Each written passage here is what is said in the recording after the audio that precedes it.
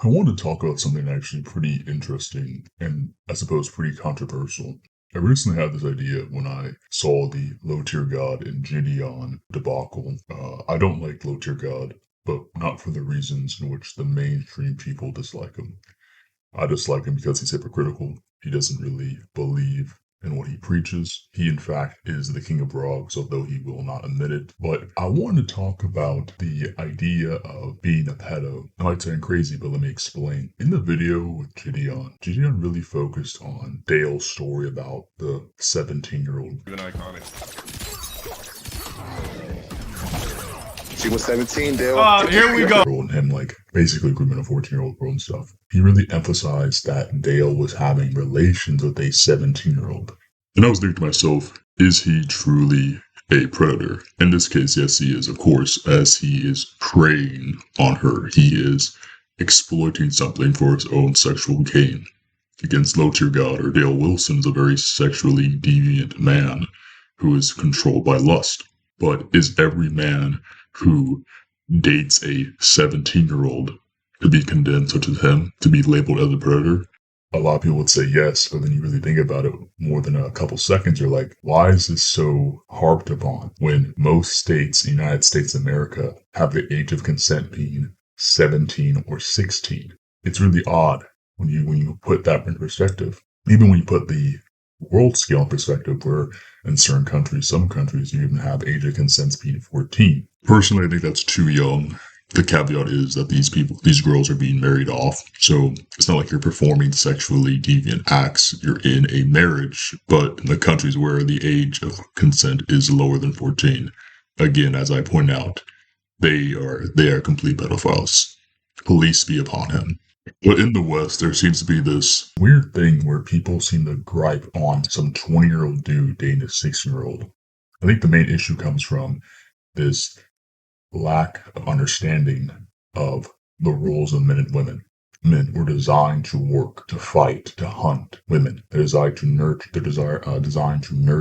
to be mothers. They have that function, that primary function. And nowadays in modern society, both men and women don't really live in the primary mode. Men don't really have the same level of brevity when it comes to the women. So we are still expected to work and fulfill those primary functions.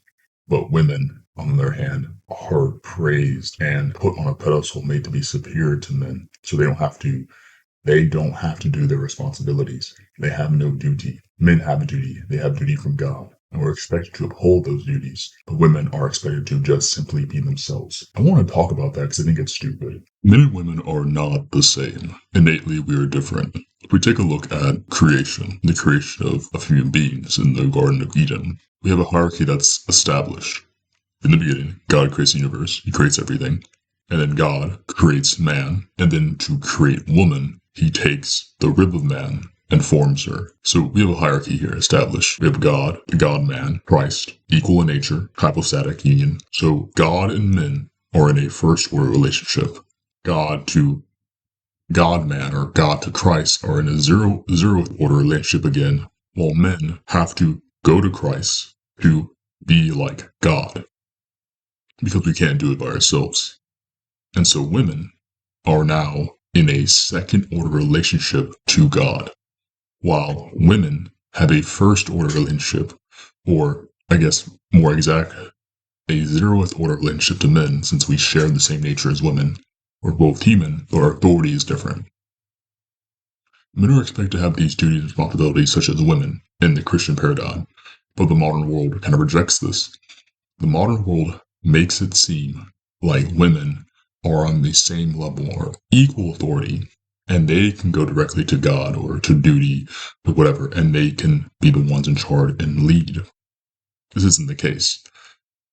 It's kind of funny how if men have a zeroth order relationship to women, women have something that they can provide men, and women can make men do things, because I want to reiterate that men don't have a zeroth order to God. We don't have the same nature as God. We're made in his image, but we don't have the same nature. Women share a nature, so we're closer in that aspect. So women can get men to do certain things. This often causes a lot of men to lead into lust and to fall. as we see in the Garden of Egypt. Or not Egypt, the Garden of Eden. With that context established, you kind of understand that, okay, there is a certain function for women and a certain function for men.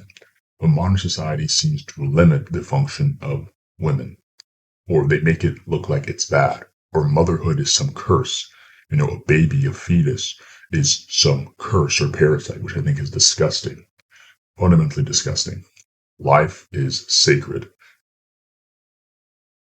And choice does not exist. None of us choose. None of us have autonomy. It's disgusting. Imagine going back to like 300 AD and you have some woman who's pregnant and you have a modern woman that's like, hey, you have the choice not to give birth. You have the choice to do this. Like, I feel like one of those women would look at those modern like, what the fuck are you talking about? But this is something larger. You see, women are only fertile for a certain range of their life. They grow up, they're a child, they get older, they go to puberty, they have the ability to give birth, and then at a certain point, they lose that ability gradually. When women are 30, it's about 9% of their eggs are basically gone, and that gets lower and lower and lower and lower and lower. So in the past, women would have children during those fertile years. And then after those fertile years, you can do whatever the fuck you want. Because yes, you're raising children. You're still performing that function. You're doing the primary function and then moving on to secondary functions. Modern women have said, no, the secondary functions are now the primary function. And the primary function is now the secondary function. But women can't do that. Men, since men are hardwired a certain way, I can go to the age of 60 or maybe 70, although you shouldn't do this. You can have a kid at the age of 60 or 70 because sperm doesn't have that same amount of drop off. If you are healthy and fine and you don't have like some weird infertility issues, but still, men can work early in their life. Later in life, they have children. Women cannot do the same thing. If we have women have a certain range of fertility, you need to optimize that fertility. Again, this is not saying that you should marry 13, 14-year-olds. No, you can marry someone who is 16 or 17. One thing that whole like predator catching thing is right about is that there are a lot of these dudes are predators because they're not looking to marry 16-year-old for having children, the sake of having children, growing in an actual monogamous relationship. They simply want to have some perverted idea of a fantasy. And that's an issue that's pretty bad. But for the sake of just finding a 16-year-old attractive, they should be condemned. I think that's retarded. Those people are condemned more than actual pedophiles. If this terms online, especially in the anime communities, called lollies, is already discussing, these characters are protected because they're 1,000 years old. The age doesn't matter. It's how the character looks, the physiology, the anatomy.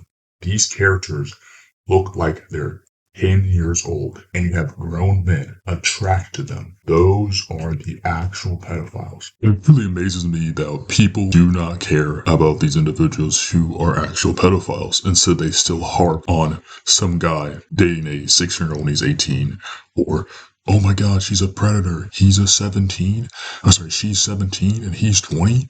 He's a predator. It's like, shut the fuck up. Shut the fuck up. People who defend this are the same type of liberals who are also for the destruction of society through pushing women to not be mothers. Women being mothers are the best role they can be in society. It is the most helpful and the most productive. Being a mother is a good thing, and women should be mothers. Men can be mothers, of course, because all this does is make women become infertile because they choose to have their careers and whatnot, and all this other random stuff. Instead of having kids in the window of fertility, and then once you have children, you've taken care of your children, you then do the things that are secondary. I want to state again that I don't like Low Tier God. This video is not meant to defend him. He is an actual predator because he is a man driven by lust. I'm only making this video because I've seen a bunch of discourse regarding this topic. I think the discourse is kind of stupid, and I want to give my own opinion about it, a real based opinion. That's not really degenerate or weird atheistic agnostic opinion, but an actual based opinion about this subject. Regardless, thanks for watching the video, leave a comment, and take care.